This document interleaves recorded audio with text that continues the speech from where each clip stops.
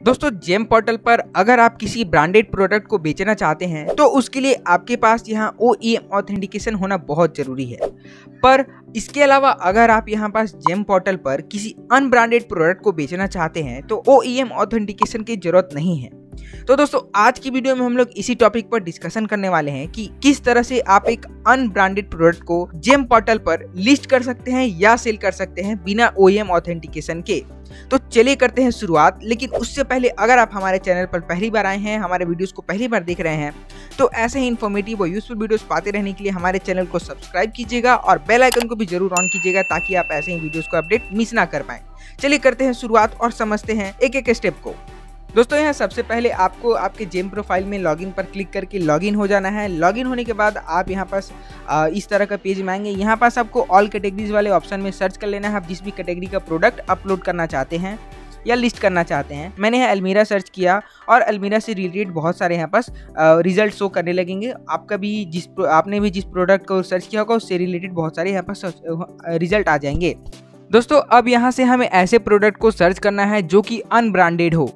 तो उसके लिए हमें सबसे पहले यहाँ पास मेक मॉडल सेलेक्शन में जाना है, फिर ब्रांड में यहाँ पास आ जाना है और ब्रांड में जैसे ही आप क्लिक करते हैं आपके सामने यहाँ पास बहुत सारे ब्रांड का नेम आ जाते हैं।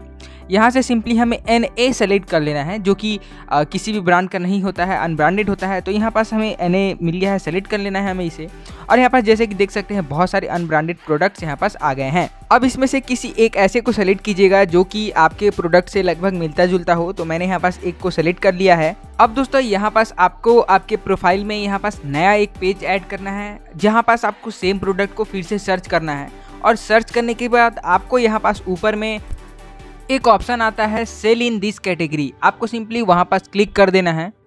और यहाँ पास क्लिक करने के बाद आप यहाँ पास नेक्स्ट पेज में आ जाते हैं। यहाँ पास आपको नीचे की तरफ आ जाना है और नीचे आपको यहाँ पास ऑप्शन दिखता है ब्रांड OEM सिलेक्शन का। आपको इस ब्रांड OEM सिलेक्शन में नीचे की तरफ आकर अनब्रांडेड को सेलेक्ट कर देना है और यहाँ पास ऑटो क्रिएट कैटलॉग में आपको कुछ नहीं करना है, उसे छोड़ देना है।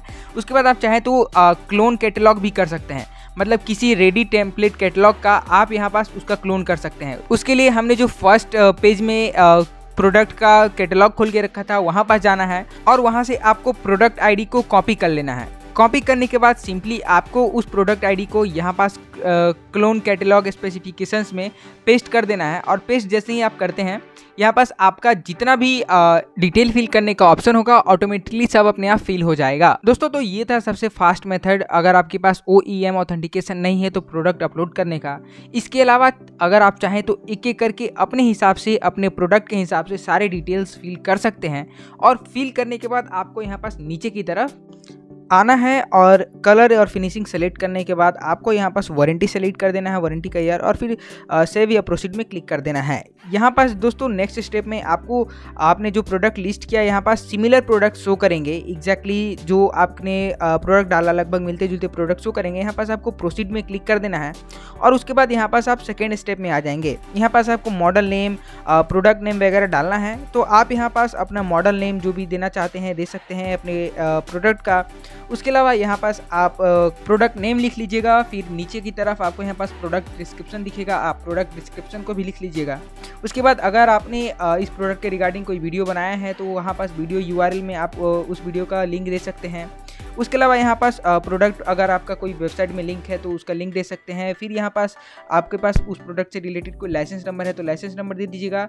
और उसके बाद अगर इस प्रोडक्ट का या फिर इससे रिलेटेड किसी प्रोडक्ट का यहाँ पास जेम पोर्टल में एक्टिव बिड होगा तो आपको यस कर देना है, अगर नहीं है तो आपको नो कर देना है। और उसके बाद सेव और प्रोसीड पे क्लिक कर देना है। और उसके बाद आप यहाँ नए पेज में आ जाते हैं। यहाँ पास आपको ऊपर की तरफ आना है और यहाँ पास आपको ऑफरिंग्स एंड क्वांटिटी प्राइस से रिलेटेड सारे डिटेल्स फिल करने हैं। यहाँ पास आपको रीसेलर ही रहने देना है, यहाँ पास आपको चेंजेस नहीं करना है।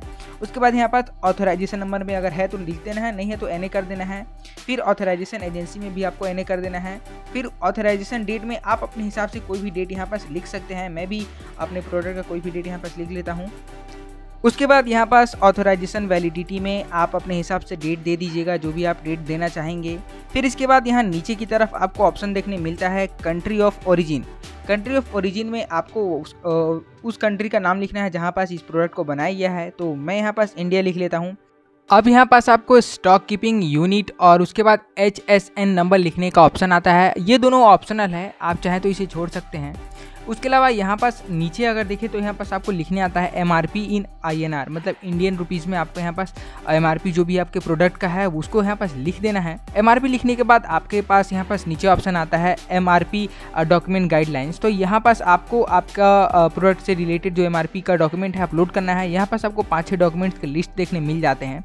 तो यहाँ पास आपको इसमें से अगर कोई भी डॉक्यूमेंट नहीं है तो MRP डिक्लेरेशन फॉर्म एक आता है, आपको वो यहाँ पास अपलोड कर देना है। तो ये रहा सैम्पल MRP डिक्लेरेशन फॉर्म का। आप भी अपने बिजनेस के लिए इस तरह से MRP डिक्लेरेशन बना सकते हैं और यहाँ पास अपलोड कर सकते हैं इस तरह के डॉक्यूमेंट्स को।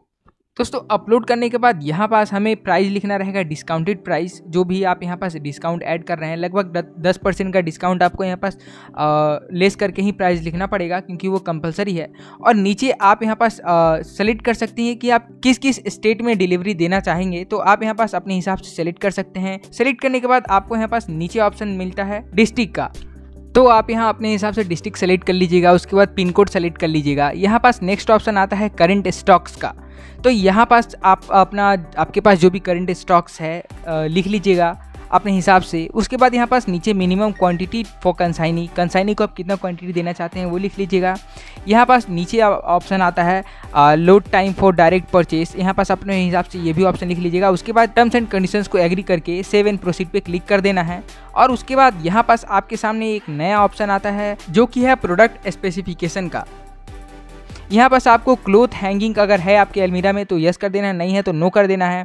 यहाँ पास फिर आपको कलरिस एंड फिनिशिंग में आप अपने हिसाब से कलर को सेलेक्ट कर सकते हैं। पैकेजिंग में आप किस तरह के पैकेजिंग रखना चाहते हैं अलमीरा में, तो आप अपने हिसाब से यहाँ पैकेजिंग भी सेलेक्ट कर सकते हैं। फिर यहाँ पास सर्टिफिकेशन में अगर आपका यहाँ पास प्रोडक्ट का ISI मार्क्ड है तो यस करना है, नहीं है तो नो कर देना है। उसके बाद CML नंबर अगर है तो लिख लीजिएगा, नहीं है तो NA कर दीजिएगा। उसके बाद नीचे यहाँ पास आपका डॉक्यूमेंट अपलोड करने आता है प्रोडक्ट से रिलेटेड, तो यहाँ पास भी चाहे तो आप सेम डॉक्यूमेंट अपलोड कर सकते हैं जो कि था आपका डिक्लेरेशन फॉर्म MRP के रिगार्डिंग। तो आप यहाँ पास एनी अदर डॉक्यूमेंट सेलेक्ट करके डॉक्यूमेंट्स को अपलोड कर लीजिएगा, सेम डॉक्यूमेंट जो आपने पिछली बार अपलोड किया था। और अपलोड करने के बाद आपको यहाँ पास सेव एंड प्रोसीड पे क्लिक कर देना है। और नेक्स्ट आपका स्टेप आता है यहाँ पास प्रोडक्ट का इमेज अपलोड करने का।